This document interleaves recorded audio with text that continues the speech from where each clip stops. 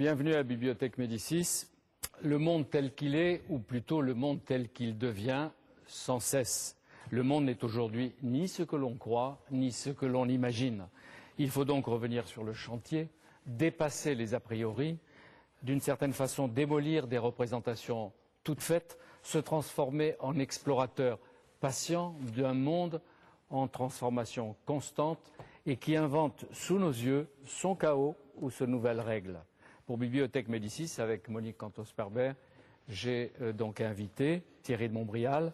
Vous enseignez surtout à l'école polytechnique, vous avez créé l'IFRI, l'Institut des Relations Internationales, qui publie chaque année le Ramsès, c'est-à-dire l'état du monde, et vous voyagez beaucoup, vous serez dans quelques jours aux États-Unis. Hélène Carrère-Dancos, secrétaire perpétuelle de l'Académie française, vous venez de publier chez Fayard l'Empire d'Eurasie, une histoire de l'Empire russe de 1552 à nos jours. Vous connaissez tous les dirigeants de l'Union soviétique, de la Russie, depuis Gorbatchev probablement jusqu'à Poutine. L'Empire d'Eurasie, l'Empire russe, cette histoire, est-ce qu'il y a une continuité? Il y a certainement une continuité et il y a un fait nouveau, c'est la notion d'Eurasie. Car tout de même l'Empire russe était un empire qui était étendu sur l'Europe et l'Asie mais qui se voulait européen. Et aujourd'hui la Russie s'interroge et elle se demande si l'Eurasie n'est pas son avenir, si ça n'est pas le moyen, après l'Empire, d'exister dans le monde. La Russie s'interroge, Poutine s'interroge, ou la classe dirigeante? Toute la classe politique, toute la classe des affaires. Poutine est le président pour l'instant, mais en 2008, il ne le sera peut-être plus, on n'en sait rien. Mais on peut dire que selon la Constitution, il a 2 mandats à la tête du Kremlin. Oui, le deuxième s'achève en 2008. Et il dit qu'il ne se représentera pas et pratiquement tout le monde croit que c'est vrai. Et vous? Moi aussi, j'ai tendance à croire que c'est vrai. Et pourquoi? Parce qu'il ne peut pas se représenter ou parce qu'il n'en a plus envie? Non, il pourrait, mais je crois qu'il a tout de même conscience d'une chose, c'est que si les institutions ne sont pas respectées, ou si on triche avec la Constitution, ou si on l'amende, tout ce qu'il a entrepris, c'est-à-dire la reconstitution de l'État, n'aura plus de crédibilité. Il va finir comme un démocrate, peut-être. On ne sait pas ce qu'il il a des idées pour après, mais on ne sait pas lesquelles. Peut-être qu'il entrera dans les affaires en Allemagne, comme Schröder en Russie. Président de Total. Voilà, ce serait pas mal.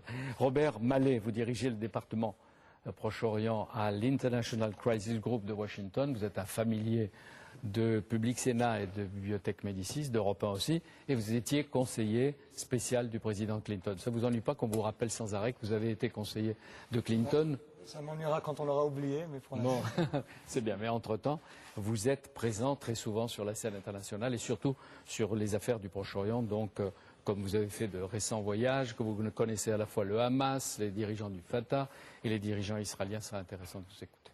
Jean-François Colosimo, chez Fayard, Dieu est américain. Avant, on considérait que la divinité en Amérique était le dollar. Peut-être ne suffit-il plus, je ne sais pas, mais là-bas aussi, Dieu s'installe en force. Oui, et c'est d'ailleurs le nom de Dieu est aussi sur le dollar. Donc je crois qu'on est là au cœur de cet espace américain qui est peut-être en train d'inventer une forme religieuse nouvelle. Suzanne Berger, merci d'être là. Made in Monde, publié par les éditions du Seuil. Les nouvelles frontières de l'économie mondiale. Économiste, vous enseignez et chacun de vos passages en France confirme l'autorité de votre voix. Suzanne Berger, Made in Monde, dans quel monde sommes-nous? Et alors vous avez fait une enquête pendant 5 ans. Vous avez traversé les États-Unis, l'Europe, l'Asie. C'est-à-dire 500 interviews chez les chefs d'entreprise, la moitié des interviews en Asie. Donc, en fait, comme vous avez dit, on veut comprendre le monde tel qu'il est, pas tel qu'on peut le connaître à partir des anecdotes. Donc, on a voulu vraiment travailler dans le dur. Et alors, pour enquêter sur la mondialisation, vous avez voyagé. La mondialisation telle qu'elle est, à la fois avec les performances qu'elle promet, qu'elle fait réaliser, et en même temps les peurs qu'elle provoque. Où la mondialisation a-t-elle aujourd'hui une bonne réputation? En fait, je crois que partout, même aux États-Unis, on voit une très grande angoisse du public. Même la moitié des Américains dans les sondages disent que le libre-échange, ce n'est pas tellement bon pour les États-Unis. Donc, il y a des très grandes angoisses devant ce phénomène aussi bien chez nous qu'ici en France. Et vous avez enquêté surtout auprès des entrepreneurs plutôt que des salariés ou des migrants. C'était des entrepreneurs, parce que ce qu'on voulait comprendre, c'est comment ils font leur choix, à la fois sur la délocalisation, également sur l'organisation de leurs entreprises. Et vous avez enquêté, vous l'avez dit, auprès de 500 entreprises. Est-ce qu'elles se ressemblent toutes ou est-ce qu'elles ont quelquefois des points communs?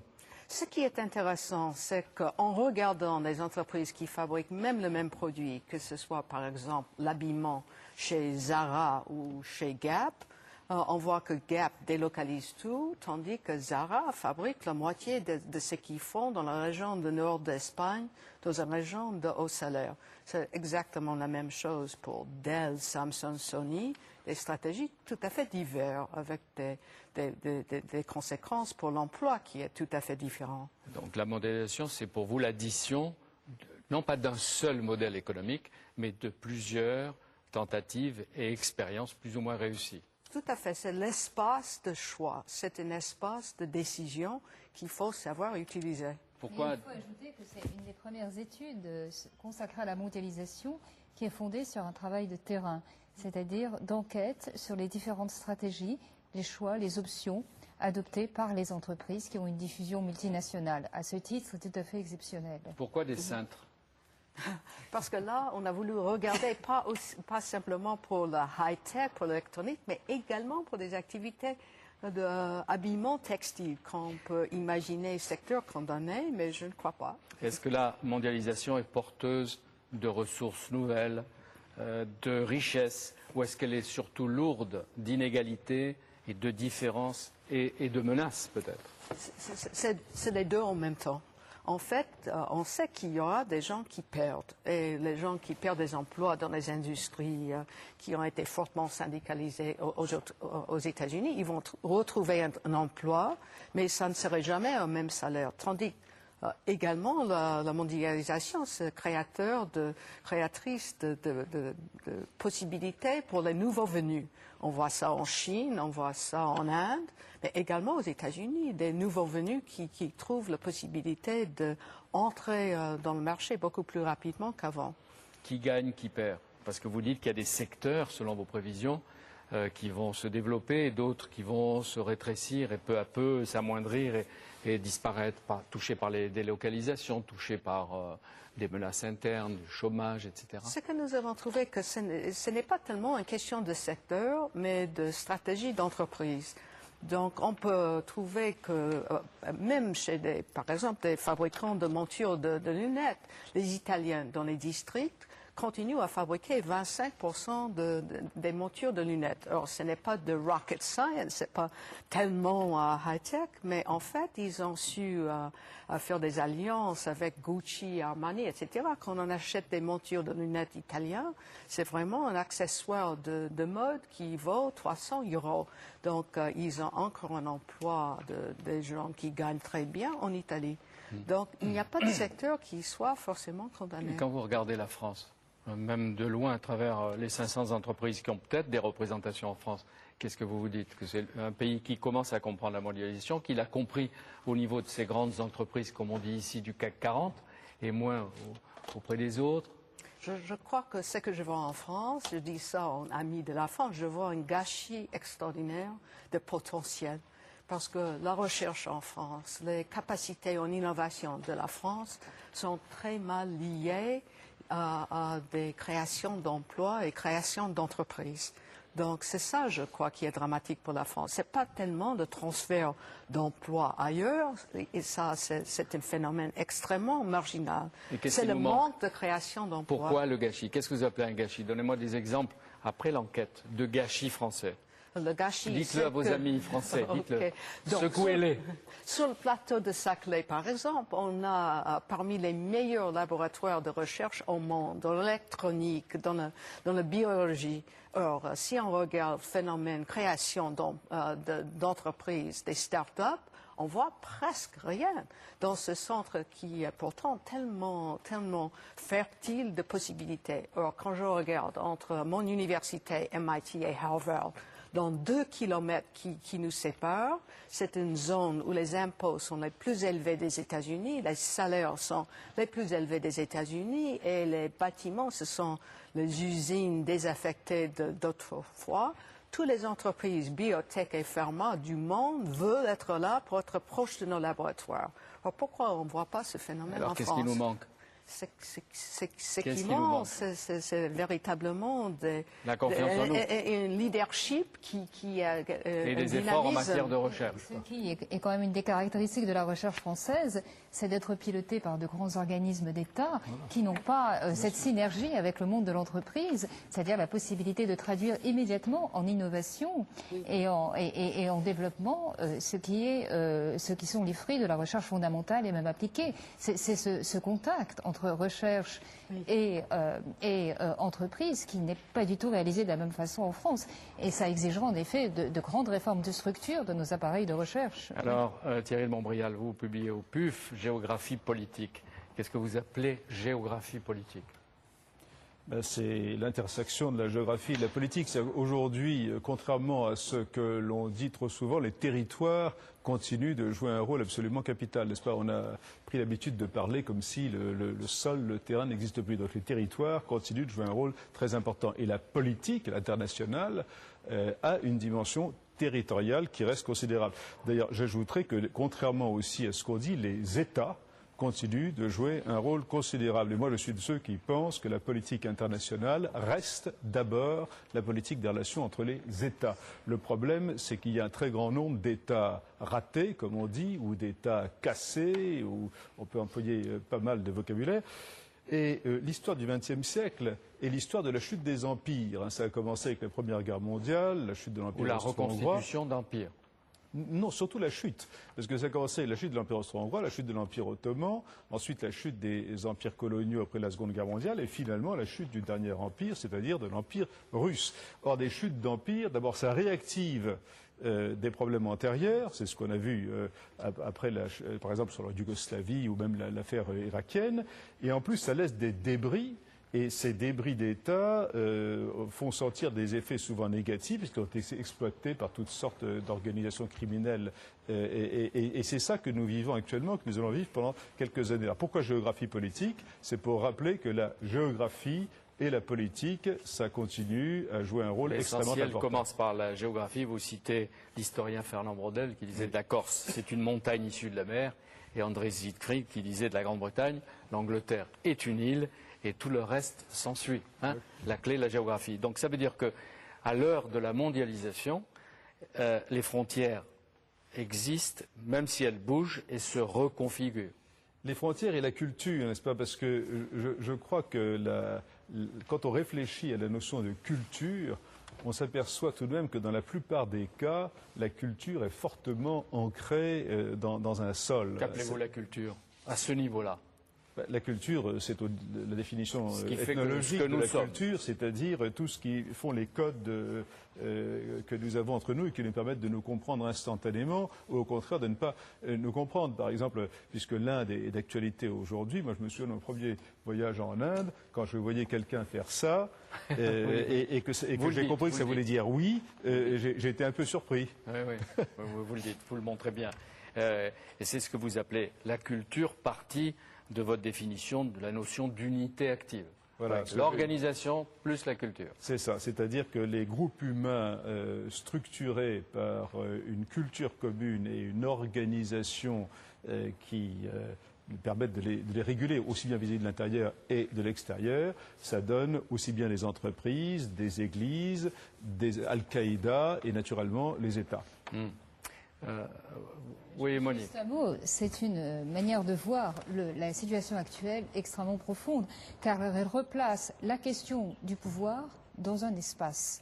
Il n'y a pas de pouvoir hors territoire, il n'y a pas de pouvoir mondialisé. Les pouvoirs sont enserrés dans des espaces avec des frontières, avec les problèmes que cela pose, coïncidence entre les nationalités et les frontières, ce qui était un des grands problème qui a en effet agité la fin des empires, et puis surtout difficulté de trouver une culture nationale qui va permettre de créer le ciment de cet espace commun. Alors comment le citoyen peut-il se retrouver ou se prendre pour ne pas être simplement une victime, ce qu'il croit être très souvent, mais un acteur de votre mondialisation, vous uns, vous autres?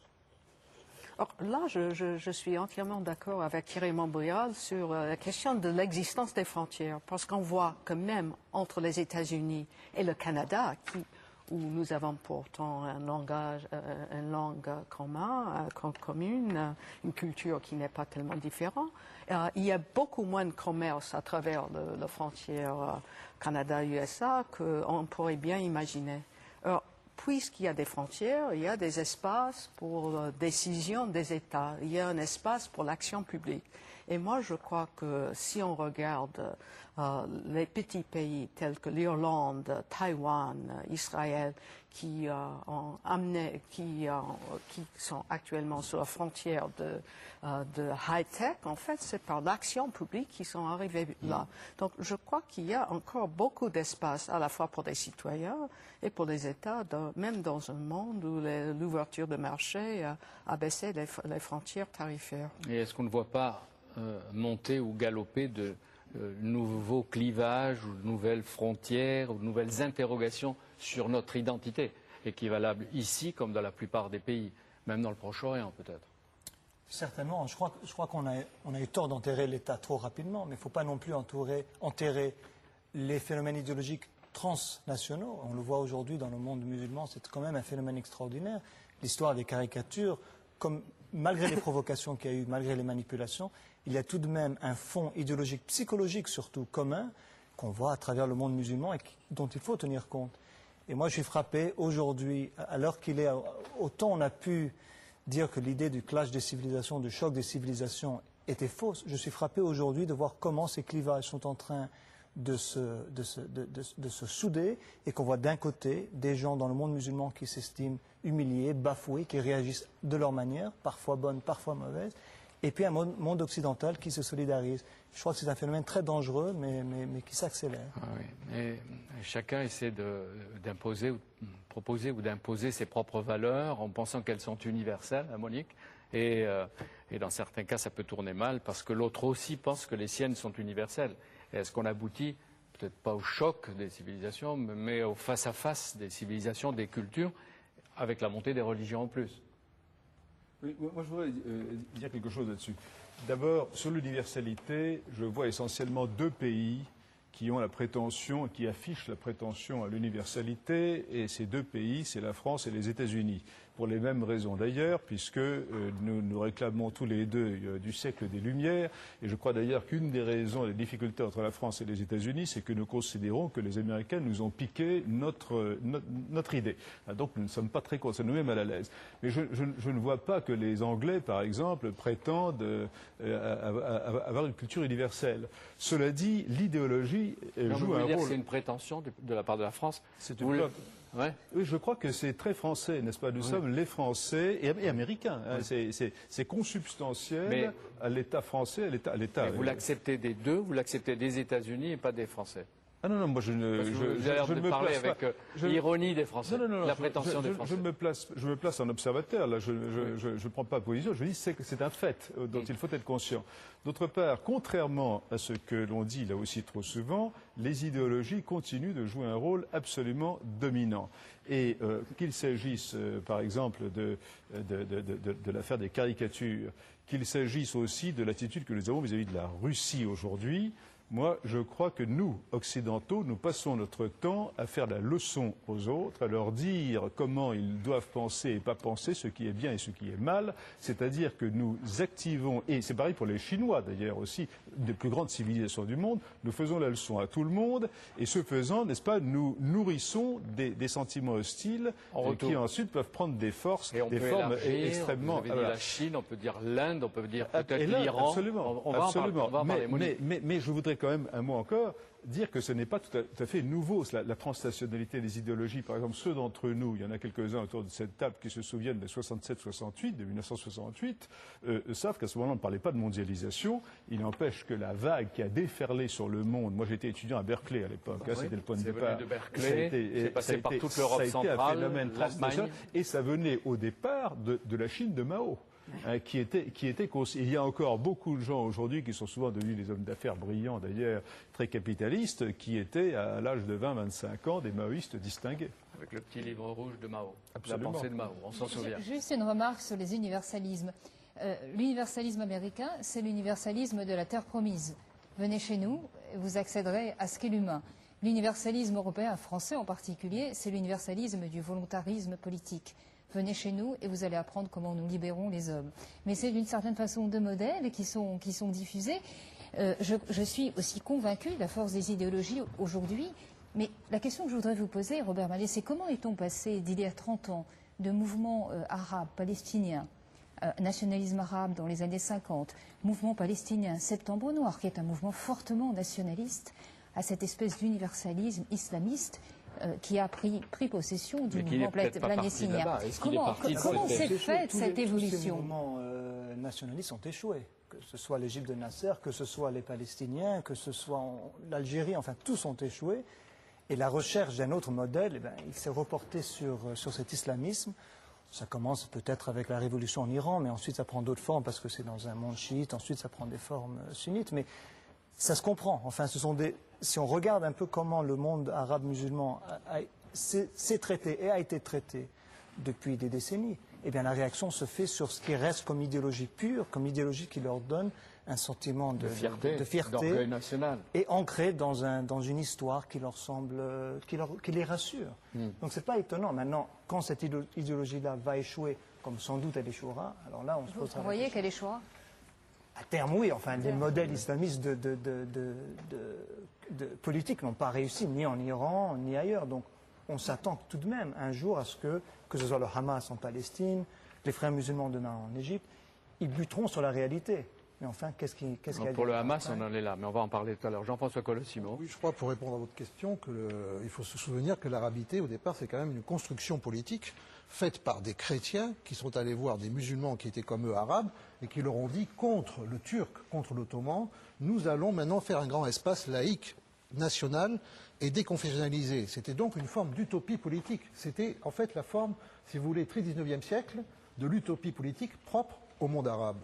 Et donc, sa déconstruction aujourd'hui ne présente vraiment rien d'étonnant, et c'est la véritable identité la plus forte qui reprend le dessus, à savoir l'identité religieuse, même si c'est sur un mode, effectivement, totalement détourné.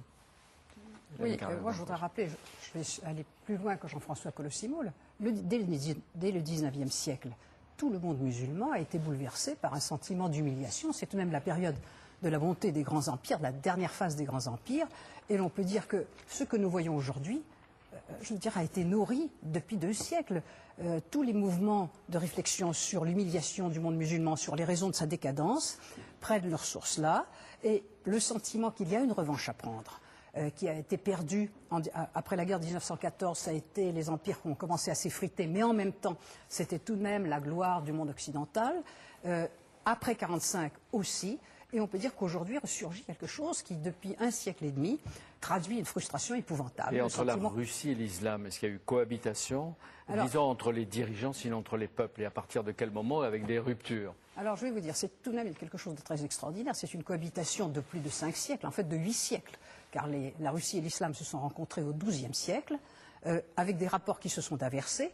Les musulmans ont d'abord dominé les Russes, puis les Russes, au XVIe siècle, ont réussi à dominer les musulmans, et ils vivent ensemble depuis le XVIe siècle, dans des conditions qui sont uniques, parce que tous les empires qui se sont écroulés ont abouti à, je dirais, à une séparation totale, à une séparation territoriale. La géographie, chère à Thierry de Montbrial, joue un rôle considérable ici. Mais dans l'espace russe, les musulmans et les Russes, ils sont chez eux les uns et les autres. Historiquement, c'est leur place. C'est ce qui explique aujourd'hui que cette cohabitation, qui est très intéressante, enfin, l'Empire russe a très bien su organiser ses rapports avec l'islam à partir du moment où il a digéré. Vous évoquiez tout à l'heure le siècle des Lumières, c'est Catherine II, l'impératrice des Lumières, qui a décidé qu'il fallait vivre avec les musulmans. Et pourquoi cette tolérance de sa part? Parce qu'elle était l'enfant de Voltaire. Je dirais que c'est ça, elle avait appris la tolérance et elle a voulu appliquer le modèle de tolérance là où ses prédécesseurs avaient commencé par éradiquer l'islam, détruire les mosquées. Mais ce qui se passe aujourd'hui, et là aussi nous voyons quelque chose d'absolument unique. Bon, la Russie est un grand pays musulman, il y a 20 millions de musulmans au moins sur 140 millions d'habitants, ça n'est pas négligeable. Une fois encore, les uns et les autres sont chez eux. Il n'y a pas ceux qui sont venus d'ailleurs. Ça modifie complètement les rapports. Et ces musulmans, dans un État qui est un État fédéral, enfin en principe avec une loi fédérale qui s'applique à tout le monde, s'organisent pour vivre avec leurs propres lois. On peut dire que le modèle, c'est la République tatare, qui ressuscite véritablement un État tatar. Et le pouvoir russe a l'intelligence, comme il l'a fait au temps de l'Empire, a l'intelligence de considérer qu'il faut vivre ensemble. Oui. Et il le fait plus facilement avec eux qu'avec le Caucase et avec la Tchétchénie. Ça, je veux dire que c'est un cas à part, c'est une tragédie douloureux, historique. voilà. Oui, c'est une tragédie historique qui remonte à une colonisation qui s'est mal passée. Mais c'est un cas tout à fait particulier. Et autour de la Tchétchénie, les petits États musulmans ne veulent pas du tout tomber dans le chaudron de cette guerre. Est-ce que vous voulez dire que ça donne des obligations stratégiques et humaines à Poutine à l'égard de tout l'islam? Ça lui donne en tout cas le sentiment, je dirais ça autrement, Poutine, comme d'ailleurs toute l'élite russe aujourd'hui, se rend compte que si la Russie, j'évoquais l'humiliation des musulmans, la Russie a connu il y a 12 ans une humiliation épouvantable. La superpuissance est devenue un État moyen. Et le monde entier l'a considéré comme un État moyen. Or, toute l'histoire russe a consisté, toute la longue histoire a consisté à démontrer que la Russie était une puissance. Et aujourd'hui, la question posée, et que je crois le pouvoir russe commence à résoudre, c'est comment redevient-on une puissance? Et on redevient une puissance précisément grâce à cette géographie particulière qui fait que musulmans et non-musulmans vivent ensemble sur le même sol chez eux et jusqu'à présent ont su vivre, s'accommoder les uns des autres, même si je dirais les tensions dans le monde musulman peuvent entraîner des tensions, mais il est clair par exemple que la crise des caricatures n'a pas provoqué une tragédie en Russie. Personne ne s'en est ému considérablement, les musulmans n'ont pas bougé. Et par ailleurs, il y a ce fait géographique qui fait que malgré tout dans la mondialisation, les grands centres, je dirais, de vie politique internationale sont en train de se déplacer. Il est clair que l'élargissement européen fait glisser l'Europe plutôt vers l'Est. Il est clair que le développement de la Chine et de l'Inde, et l'Iran aussi, les aspirations nucléaires de l'Iran, placent le projecteur international vers cette partie du monde. Et la Russie se trouve en position, précisément, et ça, elle inverse son histoire, de rechercher sa position de puissance, et même avec le Hamas, de rechercher sa position de puissance dans les possibilités que la géographie lui offre. Nous ne devons pas être surpris, parce qu'il y a toute une histoire de la Russie dans ses relations. Et c'est Thierry de Montbrial qui dit dans Géographie politique, le territoire actuel de la Russie, c'est 17 millions de kilomètres carrés, ce qui est tout de même 2 fois plus que les États-Unis. Oui. Hein, mais c'est tout un hommage de ce que l'on entend à travers vos témoignages les uns et les autres, un hommage à la géographie. Je crois, dire quelque chose. C'est 17 millions de kilomètres carrés, mais seulement 140 millions d'habitants. Et il y a là un autre problème. Voilà. C'est ça. Alors que dans d'autres pays dont nous allons parler, dès qu'on aura entendu Jean-François Collet-Simon, on s'aperçoit que c'est le contraire, c'est l'explosion démographique. Oui, c'est sûr. Bien, je crois que ce qui se passe aux États-Unis aujourd'hui, c'est l'invention, effectivement, pour le coup, d'une religion qui a prétention universelle et universaliste, n'est-ce pas? J'entends par là que les États-Unis ont inventé un modèle où la religion, où la démocratie est à la fois une religion politique et une politique religieuse. Et qu'en fait, il y a une espèce de Dieu vide qui est là au centre de cette religion civile américaine. Et cette religion civile américaine, elle a fini par rencontrer le peuple américain il y a une trentaine d'années, avec un afflux considérable de ce qu'on appelle les fondamentalistes, qui jusque-là étaient hors jeu politique. Fondamentalisme de la démocratie, hein, comme vous dites. Voilà, hein, un fondamentalisme démocratique. Les fondamentalistes qui étaient hors jeu, qui pensaient que le monde était corrompu, ont fini par accepter de jouer le jeu politique. Et ce sont eux qui forment, par exemple, l'essentiel des 3 millions de votes qui font la différence en faveur de George W. Bush face à John Kerry. Donc je dirais que l'Amérique, c'est le pays qui a inventé cette religion où croire à l'Amérique, croire en Dieu, encore une fois un Dieu vide, enfin un Dieu qui n'est pas très marqué, un Dieu sans credo, un Dieu déconfessionnalisé, et croire à la démocratie, ça revient un peu à la même chose. Aujourd'hui, cet évangélisme, qu'on peut appeler plutôt évangélisme que fondamentalisme, parce que le fondamentalisme entretient des mauvaises images avec tout le fondamentalisme musulman, n'est-ce pas? Ce qu'on peut appeler l'évangélisme aujourd'hui est une religion qui est partie à la conquête du monde, qui taille des croupières au catholicisme en Amérique latine, en Afrique, qui marque des points dans des territoires où le christianisme jusqu'à maintenant était assez absent, l'Inde, vraisemblablement demain la Chine, et toute l'Asie. Vous vivez les choses comme il les décrit? Non, en fait, je n'ai pas lu votre livre, mais j'ai un peu de difficulté à accepter l'idée que le phénomène soit nouveau. Parce qu'on a connu aux Depuis Jefferson, États-Unis non. plusieurs cycles d'évangélisme. Le 19e siècle est très marqué par ce phénomène. Donc moi, j'aurais plutôt tendance à voir un certain basculement de pendule entre le Dieu de la religion civile, qui est peut-être là, je ne sais pas, mais le Dieu des évangélistes, c'est très difficile de l'imaginer comme le Dieu de religion civile. C'est autre chose, ce Dieu. Oui, ce que je veux dire, c'est que lorsqu'en fait, le 11 septembre, les Français et les Européens ont découvert que les Américains, devant le drame terrible, se rendaient dans les églises, les temples, les synagogues, ils ont découvert d'un coup que l'Amérique était un pays religieux, n'est-ce pas? C'est quelque chose qu'on avait oublié, puisque l'Amérique, c'était notre futur. Et d'un coup, on a découvert que ça pouvait être aussi notre passé, puisque nous avions jeté la religion. Ce que j'essaie de montrer, c'est la relation entre les idées théologiques et les idées politiques. Je pars effectivement des puritains, comme tout le monde, n'est-ce pas, de ce point de vue-là. François Colosimo, Dieu est américain. Et j'essaie de Mais il n'est montrer... pas qu'américain. Voilà. Il n'est pas qu'américain. Tout à l'heure, avec Thierry de Montbrial, vous parliez de la prétention des États-Unis et surtout de la France. Nous sommes français, nous sommes américains, et Monique le définissait bien aussi aujourd'hui. Le président de la République, M. Chirac, était en Inde. À cette occasion, il y avait des journalistes, beaucoup de journalistes. Ils ont été stupéfaits quand il parlait avec les Indiens, et souvent certains sont restés pour des prévoyages, pour préparer. Ils ont été stupéfaits qu'on ne leur parle jamais de la France. Et à la rigueur, de temps en temps, de l'Europe. Quand on voyage beaucoup, et dans toutes les parties du monde, ce qui est mon cas, on le vit, ça. En même temps, les gens sont plutôt contents de voir des Français, mais je sais pas que le Français est généralement bienvenu et il y a une certaine curiosité. Mais effectivement, il n'y a aucune obsession française dans le reste du monde. Alors, je voudrais quand même dire juste un petit mot sur la question religieuse qui est très importante, parce que Siegfried, dont on parlait tout à l'heure, a écrit en 1927 un livre sur les États-Unis, et la question religieuse occupe une bonne moitié de ce livre. Je crois qu'il y a tout de même une culture calviniste, puritaine, qui reste encore, qui déteint partout.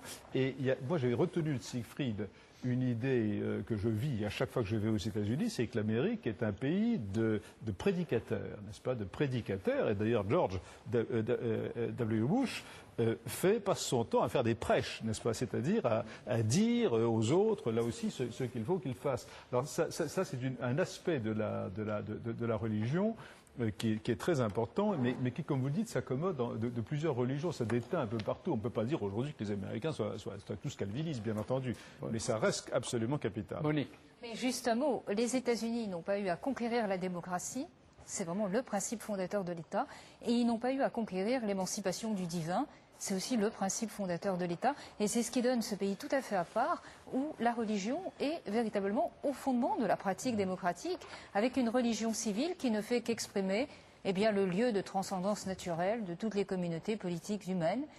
C'est à la fois le pays, c'est un pays que je connais bien, religieux certainement, et aussi complètement séculier, et les arrêts de la Cour suprême ne cessent de réaffirmer la séparation de l'Église et de l'État, et en même temps c'est un pays où la religion a une place tout à fait naturelle. Il ne faut pas s'en défendre, il ne faut pas s'en déprendre, elle est là. Alors, un mot sur deux puissances qui montent, on en parle régulièrement, la Chine, l'Inde, avec des démographies extraordinaires, et des taux de croissance, mais des démographies qu'on ne trouve pas dans les pays européens, aussi bien la Chine que l'Inde. Thierry. Oui.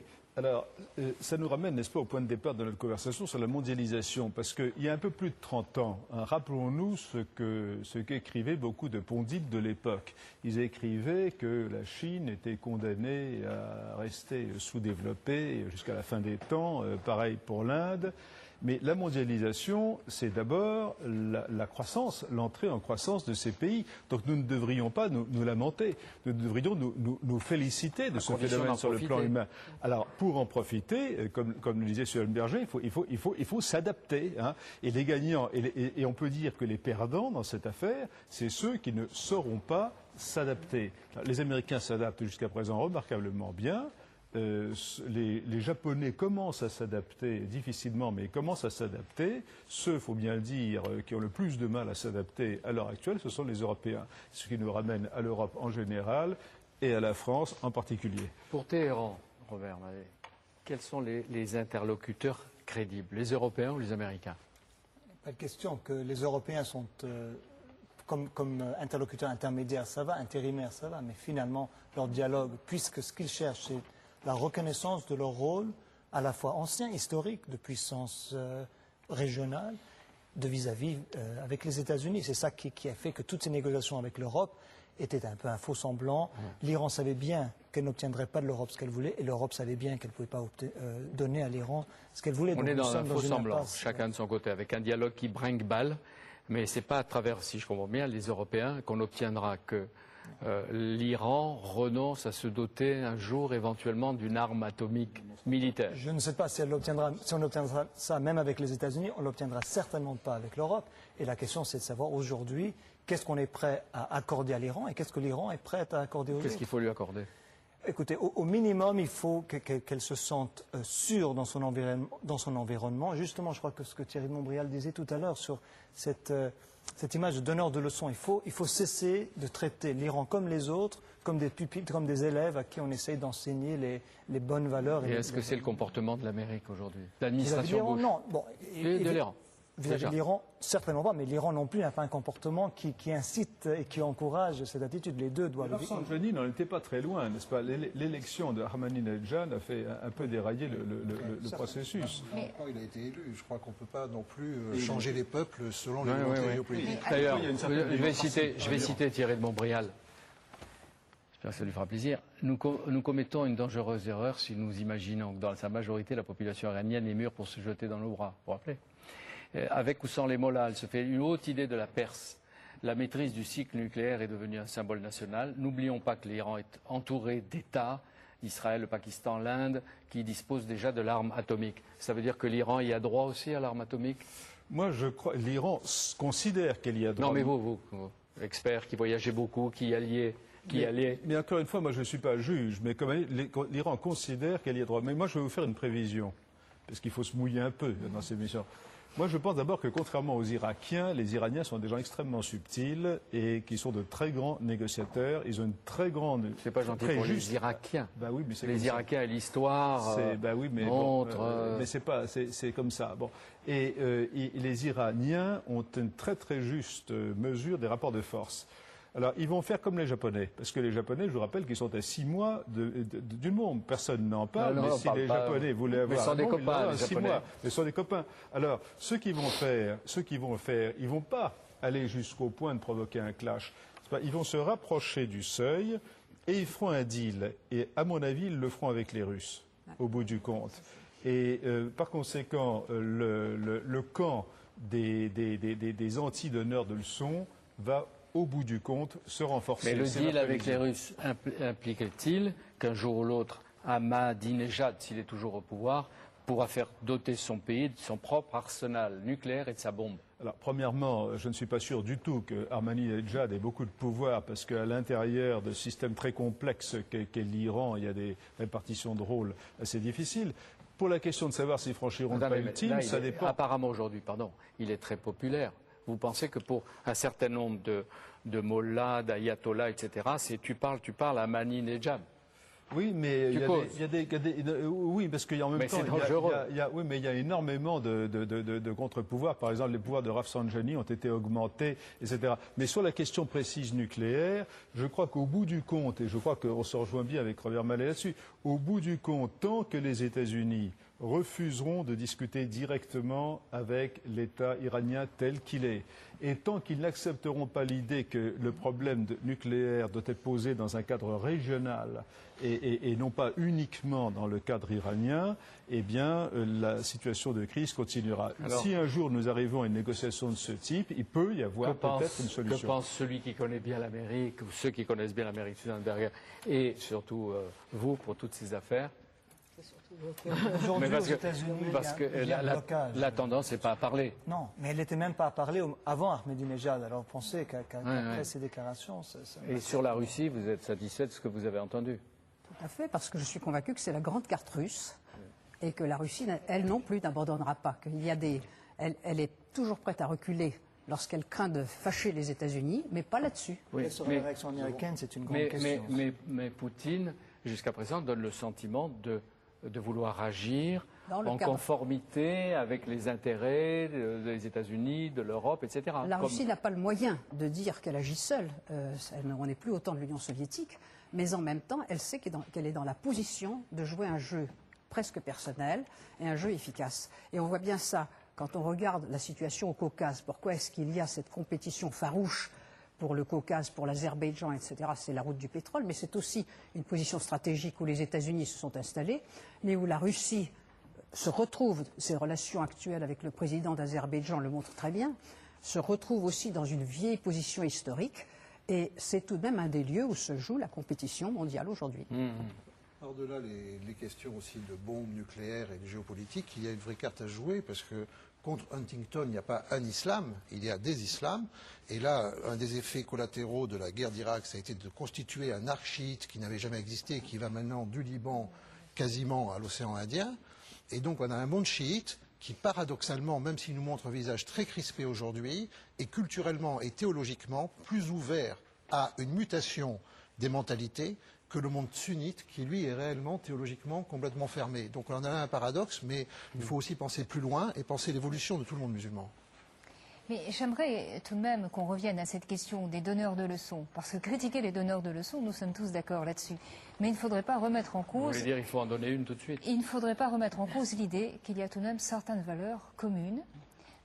Universelles, c'est peut-être un grand mot, mais en tout cas communes, et communes à toutes les cultures. Par exemple, lorsque le prix Nobel de la paix est donné à Shirin Ebadi, militante iranienne pour les droits de l'homme, reconnue comme une héroïne dans la société civile iranienne émancipée qui commence à se constituer, elle est bien récipiendaire de ce prix Nobel au nom de valeurs qui sont aussi celles de l'Occident. Les droits de l'homme, tout le monde peut s'y reconnaître, même si en effet les droits de l'homme en Iran n'ont pas tout à fait la même expression culturelle que les droits de l'homme aux États-Unis ou que les droits de l'homme en Europe, mais c'est bien au nom de valeurs qui sont arrivées, qui ont émergé plus tôt dans le monde européen et occidental que dans le monde islamique. C'est bien au nom de ces valeurs et de la défense de ces valeurs au sein même de la culture iranienne qu'elle le reçoit. Donc il y a bien là, quand même, la reconnaissance de quelque chose de commun. Est-ce que c'est donner une leçon, ça? Je crois qu'il y a deux phénomènes. Il y a le phénomène donneur de leçons, et puis il y a le phénomène, mais qui est vraiment perceptible si vous voyagez comme vous le faites dans les pays arabes et musulmans, du deux poids, deux mesures. Ce n'est pas seulement qu'on donne des leçons, c'est qu'on ne les applique pas de façon cohérente. Je ne dis pas que je ne me fais pas juge, mais la perception, c'est qu'entre le cas israélo-arabe d'un côté et le cas irakien de l'autre, le programme nucléaire iranien d'un côté, le programme nucléaire indien et pakistanais de l'autre, la guerre en Irak d'un côté, enfin, dans tous ces domaines, il y a cette perception. Les élections en Palestine, qu'on maintenant refuse d'accepter la légitimité à cause des résultats.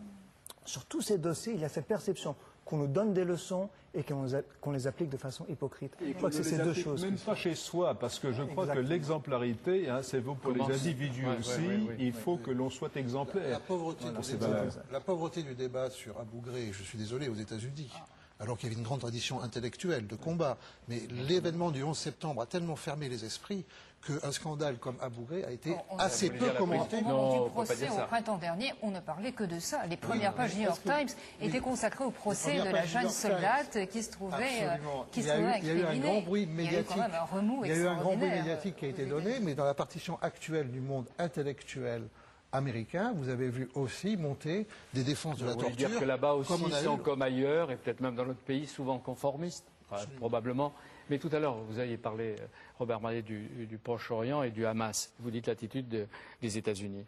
Est-ce que vous avez le sentiment que l'administration Bush veut étouffer, asphyxier le Hamas sur le plan économique, pas donner d'aide, contrôler et encourager à Israël à en faire la même chose? Franchement, je ne sais pas. Je pense que le débat est toujours ouvert aux États-Unis, que ceux qui ont estimé que les États-Unis étaient prêts à asphyxier l'autorité palestinienne se sont un peu pressés. Je crois que la décision n'est pas prise, mais les déclarations n'ont pas aidé. Et cette attitude qui consiste à imposer des conditions tout de suite, à se mettre dans une position où, s'ils ne remplissent pas toutes ces conditions, ou bien on va devoir changer Vous ne voulez pas le préalable des trois principes? Je crois qu'il y a des préalables qu'il faut mettre sur le gouvernement. Le gouvernement palestinien, comme tout gouvernement, doit respecter les accords qui ont été passés. Ça, c'est simple.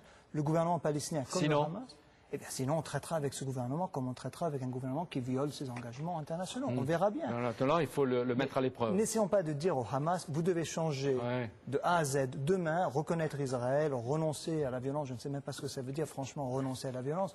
Le président Bush n'a pas renoncé à la violence, à ce que je sache. Au contraire, il l'a appliqué. J'écoute un de ceux qui ont fait les accords avec Clinton, ce qu'il dit, l'Américain qui a préparé les accords et qui connaissait très bien l'autorité palestinienne à l'époque d'Arafat, qui a suivi les élections. Vous pensez qu'on ne reconnaît pas assez la légitimité politique de ceux qui ont gagné normalement les élections? Même dans la difficulté, dans l'épreuve. Il ne faut pas nécessairement aider ceux qui gagnent des élections. Il y a des gens qui gagnent des élections et les gens qui les gagnent sont contraires, par exemple, aux intérêts américains. Pas besoin de les aider. Mais il faut d'abord mettre des critères qui sont réalistes. Et là, je crois que le critère doit s'appliquer au gouvernement palestinien qui n'a pas encore été formé. Et il faut, d'autre part, ne pas essayer de déstabiliser. On l'a vu, on a assez vu dans l'histoire des États-Unis et d'autres pays, les tentatives de déstabilisation n'aident jamais les déstabilisateurs. Et dans le cas palestinien, la victoire du Hamas reflète, entre autres, ce sentiment palestinien que la communauté internationale les traite comme des citoyens de seconde zone. Alors essayer de mettre des pressions par les sanctions économiques, ça n'aidera certainement pas. Et si je comprends bien, il faut éviter, pour l'Occident, de jouer sur Mahmoud Abbas en pensant qu'il est la seule légitimité. Et en essayant de le détacher du Hamas vainqueur des élections, parce qu'on risque d'aboutir à la transformation en fantoche de Mahmoud Abbas. Et il ne faut certainement pas jouer la carte du Fatah en espérant qu'elle redeviendra l'alternative. Aujourd'hui, d'autant plus qu'on sait ce qu'on a dit du Fatah à un moment donné. Exactement, et qui aujourd'hui perpétue beaucoup d'attentats également, plus que le Hamas par ailleurs. Mais vous avez soulevé une question importante. Je ne dis pas qu'il ne faut pas demander au Hamas de cesser les attentats terroristes, bien sûr. Je dis que cette phrase « renoncer à la violence », elle ne veut rien dire. Il faut dire plus d'attaques contre les civils, très certainement. Ça, c'est une condition qu'il faut... Mais les attaques de caractère militaire, oui. Non, en réponse ou en provocation, qu'est-ce que ça veut dire? Aujourd'hui, le Hamas a décrété une trêve. Il faut que cette trêve continue. Ce que je dis, c'est que de demander à une organisation... la trêve, d'après ce que vous voyez, en dehors de quelques... De la part du Hamas, elle semble, et même les dirigeants israéliens le reconnaissent, le Hamas a été le principal acteur de cette trêve. Ça veut dire qu'il était aussi le principal acteur des violences et des kamikazes. Il ne s'agit pas de défendre aujourd'hui le Hamas et de dire que c'est une organisation qui a un programme légitime. Je dis simplement que dans la façon de poser les demandes, il faut le faire de façon cohérente. On dit aujourd'hui que le Hamas doit cesser ses attentats, et la violence, certainement, et l'autorité palestinienne également. Mais ne demandons pas des choses... Robert, vous donneriez un délai et des chances au Hamas pour démontrer qu'il peut changer, lui aussi? Pour démontrer que pratiquement le pouvoir qu'aujourd'hui il incarne et que le gouvernement incarnera peut s'adapter aux règles qui sont des règles normales pour un État. Est-ce qu'on n'est pas en train d'assister à la deuxième ou la troisième mort d'Arafat? Je ne sais pas. Je pense certainement si Arafat était en vie, on n'aurait pas vu ce scénario. D'accord, mais tant qu'il était en vie, vous ne le voyez pas non plus. Voilà. Tant qu'il a été en vie, on ne l'a pas vu. Oui, certainement. Je crois qu'on ressent un peu son absence. J'ai lu un texte d'experts internationaux, et c'était dans le journal Le Monde, le journal français Le Monde. Des experts révéleraient, vous me dites si vous pensez que c'est vrai, que Yasser Arafat, à l'époque symbolique de l'autorité palestinienne, distribuait une partie des fonds venus des États-Unis et de l'Europe à des proches, et que certains d'entre eux ont acheté des tonnes de ciment qu'il revendait à Israël pour la construction de la ligne de séparation. Non, parce que alors là, j'en suis pas revenu. Moi, j'en suis revenu, ça ne m'étonne pas du tout. Ça ne m'étonne pas. C'est pas que Arafat savait. Arafat était corrompu, mais pas dans le sens personnel. C'est-à-dire qu'il utilisait l'argent. Non, mais avec de l'argent européen et peut-être de l'argent de Thierry de Montbrial, de contribuables français, des Palestiniens, à travers certaines corruptions de l'autorité palestinienne, sont arrivés à aider les Israéliens à construire le mur, enfin disons le mur ou la ligne de séparation entre Israéliens et Palestiniens. Dans les années 70, pendant la guerre du Cambodge, on sait parfaitement que les Khmers non rouges trafiquaient avec les Khmers rouges sur les armes qui les tuaient. Ce genre de choses, hélas, n'est pas tout à fait original dans l'histoire. Parfois leurs armes de la part des colons israéliens. Donc tout arrive et il faut s'étonner. Ouais. En tout cas, ne reprochez pas aux Israéliens d'acheter du ciment palestinien. Non, on peut leur reprocher de faire le mur de séparation. Enfin, ça c'est autre chose, c'est un autre débat. Donc le monde tel qu'il est, vous le voyez contradictoire, un peu chaotique, mais est-ce qu'on n'est pas dans une confrontation même virtuelle entre les deux blocs? Oui, moi, je divisés, mais deux blocs.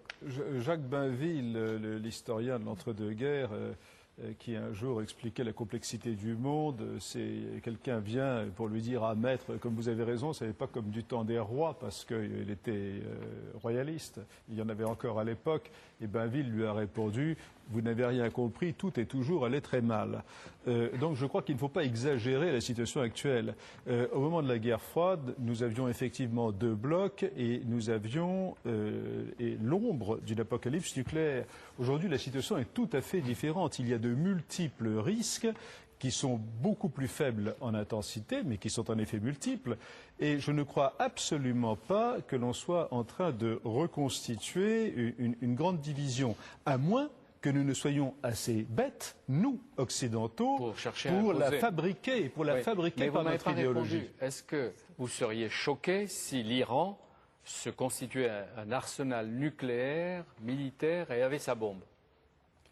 Écoutez, j'espère qu'on y arrive. Est-ce que choqué n'est pas un terme politique? Bon, je le prendrai comme un fait, mais il y a tellement de gens qui l'ont autour est-ce que j'ai été choqué que oui, le mais Pakistan qu'ils ne l'utilisent pas, dont on nous dit qu'ils ne l'utiliseraient pas. Ou alors vous vous dites que s'ils l'avaient, ils entreraient comme l'URSS face aux États-Unis, à l'Europe à un moment donné, dans une stratégie de dissuasion nucléaire qui ferait que...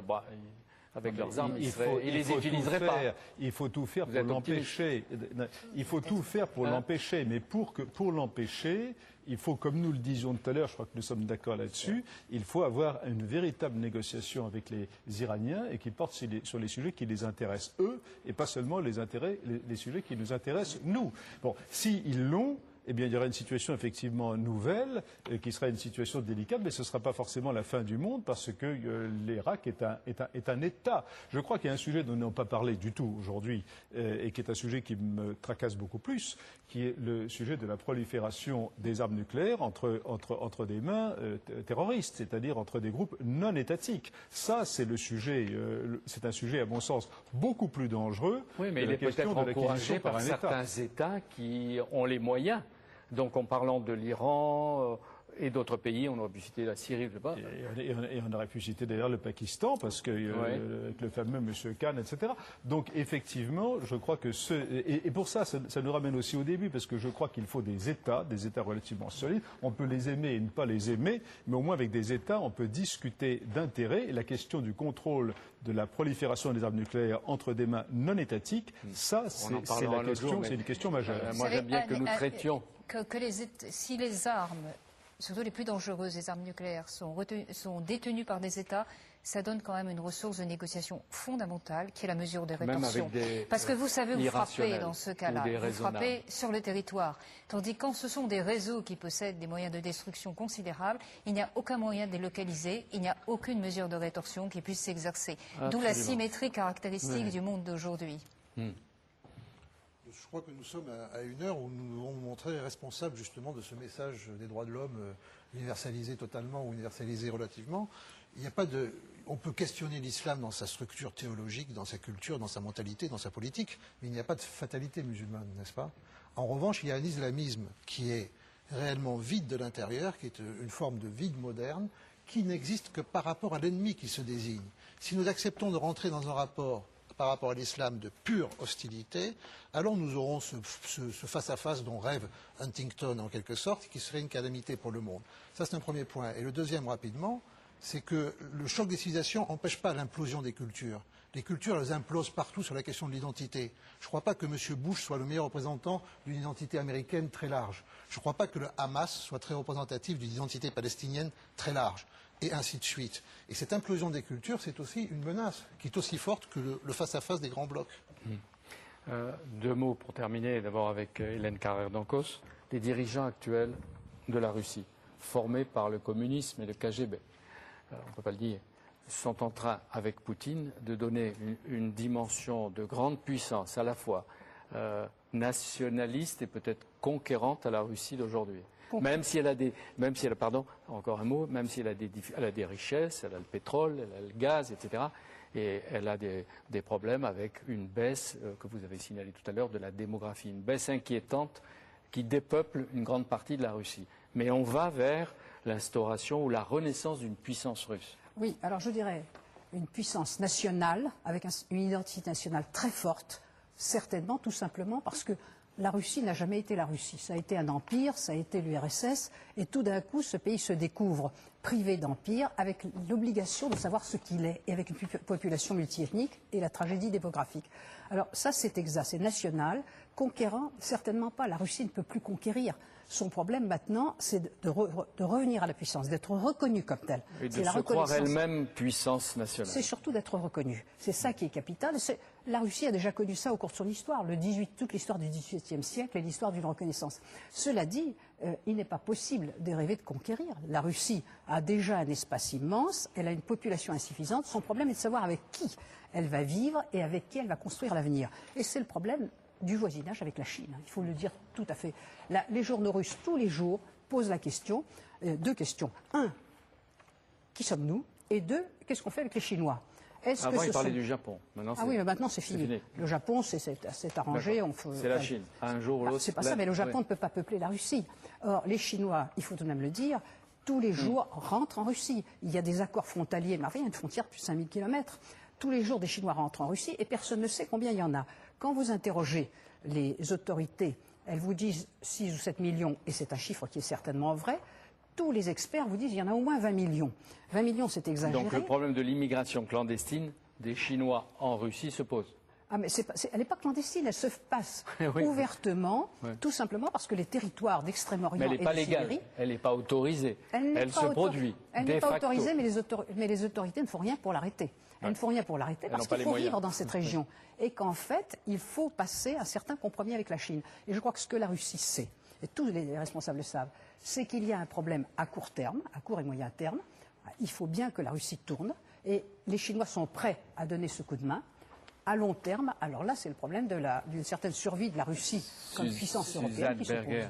La mondialisation, est-ce qu'elle est porteuse de paix, après tout ce que vous avez entendu? Porteuse de paix. Là, on avait imaginé ça également en 1914.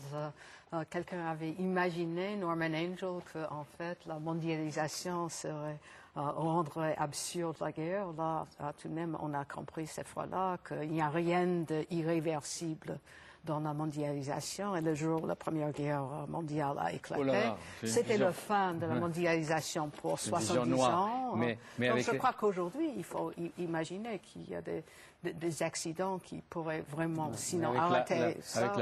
Avec la mondialisation qui multiplie les marchés, qui fait émerger de nouvelles puissances, vous pensez qu'on ne devrait pas dormir tranquille.